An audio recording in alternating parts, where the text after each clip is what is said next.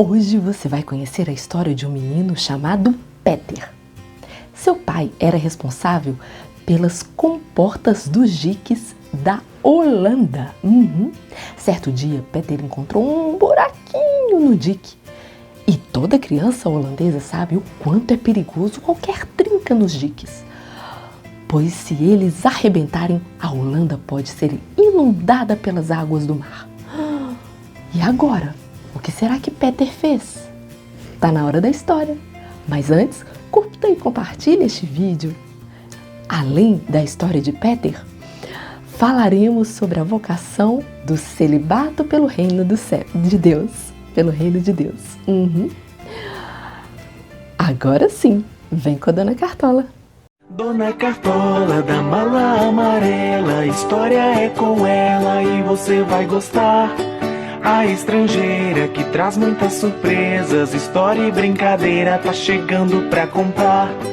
A novidade, a paz e a verdade que faz seu coração se encher de amor e se alegrar. Vem com a Dona Cartola entrando nessa história que veio pra ficar. Meu nome é Dona Cartola.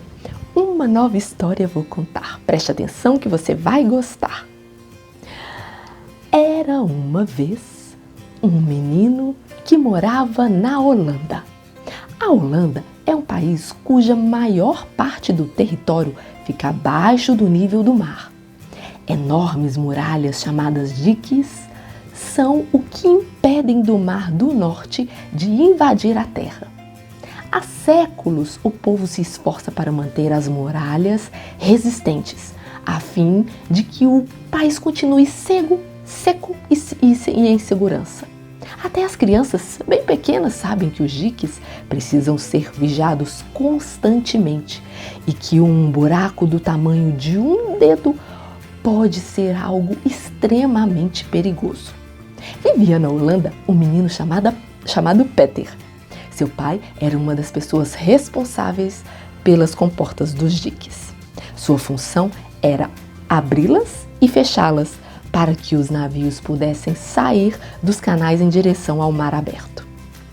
Numa tarde de início de outono, quando Peter tinha 8 anos, a mãe o chamou enquanto brincava. Venha cá, Peter, vá levar os bolinhos do outro lado do dique para o seu amigo cego.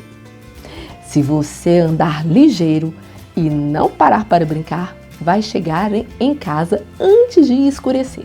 O menino gostou da tarefa e partiu feliz da vida. Ficou um bom tempo com o pobre cego contando-lhe sobre o sol, as flores e o navio lá no mar. De repente lembrou-se da mãe dizendo para voltar antes de escurecer. Despediu-se do amigo e tomou o rumo de casa.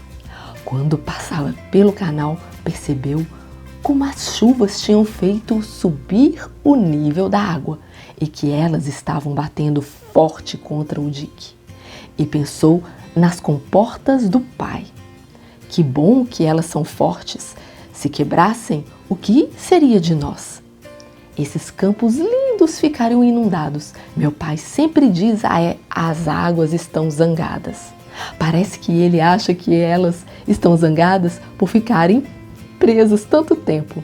O menino parava toda hora para pegar uma florzinha que crescia na beira do caminho ou para escutar um barulhinho dos coelhos andando pela relva.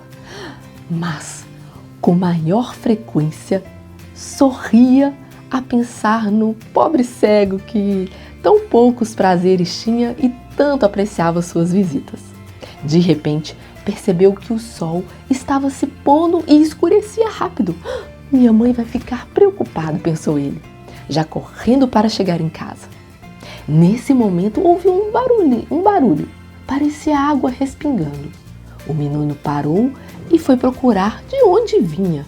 Encontrou um buraquinho no dique, por onde estava correndo um fio de água. Qualquer criança na Holanda morre de medo só de pensar num vazamento dos diques. Peter compreendeu o perigo imediatamente e enfiou o dedo no furo. A água parou de vazar. E Peter ficou pensando com seus botões. As águas zangadas vão ficar presas. Posso contê-las com meu dedo. A Holanda não vai ser inundada enquanto eu estiver aqui. Correu tudo bem no início, mas logo escureceu e esfriou. O menino começou a gritar bem alto: socorro! Alguém, vem até aqui! Mas ninguém ouviu, ninguém veio ajudar. Foi fazendo cada vez mais frio. O braço começou a doer e ficou dormente. Ele tornou a gritar: será que ninguém vai vir até aqui? Mãe! Mãe! Mas ela já tinha procurado pelo menino muitas vezes desde que o sol se fora.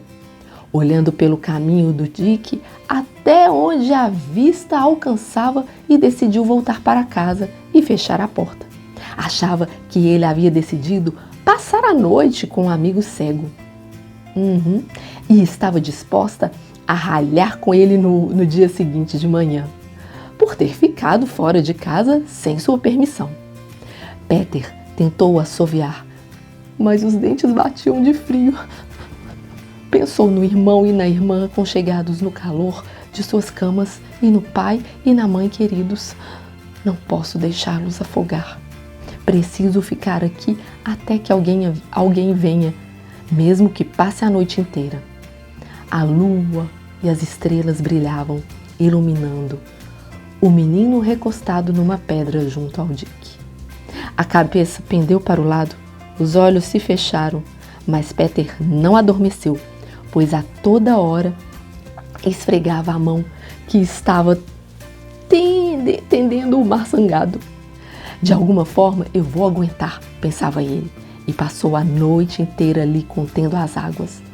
De manhã, bem cedinho, um homem a caminho do trabalho achou ter ouvido um gemido enquanto passava por cima do dique. Inclinou-se na borda e encontrou um menino agarrado à parede da muralha. O que aconteceu? Você está machucado? Estou contendo a água do mar, falou Peter. Mande vir socorro logo. O alerta foi dado imediatamente. Chegaram várias pessoas com pás e logo o furo estava consertado. Peter foi levado para casa ao encontro dos seus pais, e rapidamente todos ficaram sabendo que ele lhes havia salvo as vidas naquela noite, e até hoje ninguém se esquece do corajoso pequeno herói da Holanda.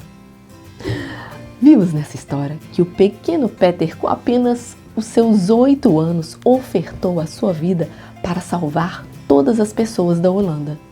Peter poderia ter ido chamar ajuda, mas escolheu ser o reparador daquela brecha, daquele buraco, ser aquele entre o buraco e o povo da Holanda, um intercessor. O nosso pequeno herói da Holanda me fez lembrar de uma outra história que eu contei, da história de um jovem chamado Moisés Azevedo, que aos pés de São João Paulo II ofertou a sua vida. Ofertou a sua vida pelos jovens, pela igreja, pelos homens, por toda a humanidade. Ofertou a sua vida para ser um intercessor, um reparador das brechas da humanidade. Você se lembra dessa história? Está no vídeo dos 38 anos da Vocação Shalom. Irei deixar o link na descrição aqui embaixo. Pois bem, o Moisés ofertou a sua vida porque respondeu a um chamado de Deus. Mas o chamado de Deus para a sua vida não foi ser sacerdote. Não foi para se casar, não foi para ser pai. Também não. Então qual foi, Dona Cartola? O chamado de Deus para a sua vida foi para ser celibatário. O celibato pelo reino dos céus é uma vocação, é um chamado de Deus. E vocês não vão acreditar, eu conheci uma celibatária pelo reino dos céus. Ela é linda, uma graça. O nome dela é Ana Paula Gomes. Ela é consagrada da comunidade de vida na comunidade católica Shalom. E ela topou responder algumas perguntinhas que estão aqui dentro da minha cartola. Vamos para as perguntas? Primeira pergunta, Ana Paula. Ana Paula, afinal de contas, o que é celibato pelo reino dos céus? Primeira pergunta, o que é o celibato pelo reino dos céus? O celibato é um dos estados de vida que Deus nos apresenta através da igreja para servi-lo de uma forma particular, de uma forma especial. É diferente do sacerdócio, é diferente do matrimônio, tem uma forma muito particular de servir a Deus, de servir a Jesus Cristo. É uma forma de amor incondicional ao Senhor e uma forma de amor exclusivo ao Senhor e ao seu reino. Se chama celibato pelo reino dos céus porque existe uma razão para que o Senhor nos chame a ser celibatários, para que nós possamos integralmente, com a nossa vida, com tudo que nós temos e somos, servir ao Senhor, servir à evangelização, servir no anúncio da palavra de Deus ao mundo. Ana Paula, como um celibatário ama a Deus? Para explicar como um celibatário ama a Deus, vou precisar que você faça um esforço com a sua imaginação agora, tá certo? Imagine que quando Deus nos cria, quando Deus cria cada homem, cada ser humano, Deus dá de presente a esse homem vários dons. Todos nós, quando somos criados, quando somos gerados por nossos pais, recebemos grandes dons de Deus. Nós recebemos a inteligência, recebemos o nosso corpo, o nosso coração, os nossos sentidos, os nossos sentimentos, a nossa vontade, a nossa imaginação, a nossa memória. Nós recebemos muitos dons de Deus, a nossa capacidade de amar, a nossa liberdade. Muitas coisas nós recebemos do Senhor. E o celibatário ama a Deus pegando todos esses tesouros que ele recebeu de Deus e entregando tudo de volta ao Senhor. O celibatário é aquele que reserva, que guarda todos os seus tesouros para entregá-los exclusivamente a Deus. O celibatário é aquele que ama a Deus com a oferta da sua vida, a oferta integral da sua vida, do seu tempo, das suas capacidades, da sua inteligência, de tudo o que ele é e de tudo o que ele possui. Com tudo isso, o celibatário ama a Deus. Com tudo isso, o celibatário expressa o seu amor a Jesus, a Deus, entregando tudo o que tem e tudo o que é. Vamos para a última pergunta. Ana Paula, como você descobriu que Deus te chamava ao celibato? Bom, como é que eu descobri que era celibatária? Através da oração, sempre através da oração. Quando nós rezamos, quando nós nos colocamos diante de Deus, Deus sempre nos diz aquilo que é melhor para nós.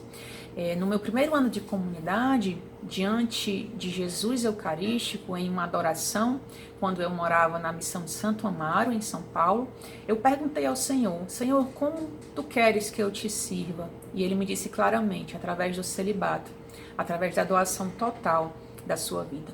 E eu guardei aquela informação e alguns anos depois, quando eu estava morando no discipulado de Pacajus, aqui no Ceará, mais uma vez Deus começou a inquietar meu coração, a lembrar dessa palavra que ele tinha me dito no meu primeiro ano de comunidade. E aí eu encontrei um livro que se chama A Ciência da Cruz, que foi escrito por Santa Teresa Benedita da Cruz, que é uma freira carmelita, e que esse livro ela explica os 4 principais escritos de outro santo, que é São João da Cruz. Existe um escrito dele que se chama Chama Viva de Amor, no qual Santa Teresa Benedita da Cruz nos explica que o amor de Deus vai nos transformando cada vez mais nele. O amor de Deus vai tocando a nossa vida e nos fazendo ter essa união perfeita com ele. E eu fiquei muito curiosa para rezar mais sobre isso. E fui rezando, Deus foi revelando também muitos fatos da minha história que eu nem relacionava com o meu estado de vida. Deus foi me dando palavras, Deus foi me mostrando a alegria de estar cada vez mais unida a Ele por meio do sacrifício da cruz. Eu olhava para Jesus crucificado, via aquela dor de Jesus e queria me unir àquela dor de Jesus crucificado. Queria me unir mais a Deus, queria que Deus fosse mais em mim do que eu mesma. E através desse desejo, através deste amor, através desse desejo de ser consumida, de ter a vida consumida por essa chama de amor divino, por esse grande amor divino, foi que Deus foi convencendo o meu coração a entregar-se inteiramente a Ele. E aí eu sou celibatária e sou muito feliz com o meu estado de vida. Na comunidade, quando nós nos tornamos celibatários, nós recebemos um sinal, que é esse aqui, ó, não sei se vai dar para vocês verem, que é um anel em forma de cruz, para nos lembrarmos que nós somos almas esposas de Jesus. Na comunidade, nós aprendemos que todos nós somos almas esposas de Cristo, inclusive as crianças. Mas o celibatário é aquele que é chamado mais fortemente a demonstrar esse amor incondicional a Jesus, demonstrar este amor infinito ao Senhor. Por isso eu também desejo que você, quando chegar o tempo, possa se abrir a todos os estados de vida, ao matrimônio, ao sacerdócio, ao celibato, e não ter medo de perguntar também a Deus como Ele quer que você o sirva da melhor forma. Porque não existe estado de vida melhor ou pior do que o outro. Bom mesmo é estarmos na vontade de Deus. A melhor parte para cada um de nós é a vontade de Deus. Deus te abençoe. Shalom. Muito obrigada, Ana Paula, por compartilhar conosco o seu chamado, a sua história.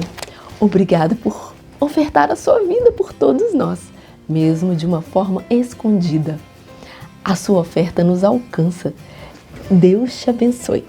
Como vimos, o celibato não é um privilégio reservado aos sacerdotes, ou seja, para as meninas que disseram que queriam ser padre e ficaram tristes por não poderem ser. Agora vocês têm a possibilidade de se casarem ou de serem celibatárias. O celibato pelo reino é um caminho de felicidade, porém precisa-se de coragem para mudarmos a ideia de que todos devem se casar. Vejam a Ana Paula, que nos apresentou o celibato hoje, como ela é feliz. O importante é a vontade de Deus. E você, criança, só descobrirá a sua vocação se você escutar a Deus. Por isso, vamos juntos com a Clarinha e com o João Paulo cantarmos e rezarmos como Samuel. Fala-me, Senhor, que o teu servo escuta. Lembrando que a Nossa Senhora é a nossa mãe que nos ajuda a escutarmos a voz de Deus e nos ajuda a cumprir nossa missão. E hoje celebramos a solenidade da Assunção de Maria. Corre lá no meu canal para descobrir a diferença entre Assunção e Ascensão. E se inscreva lá também. Até o próximo vídeo!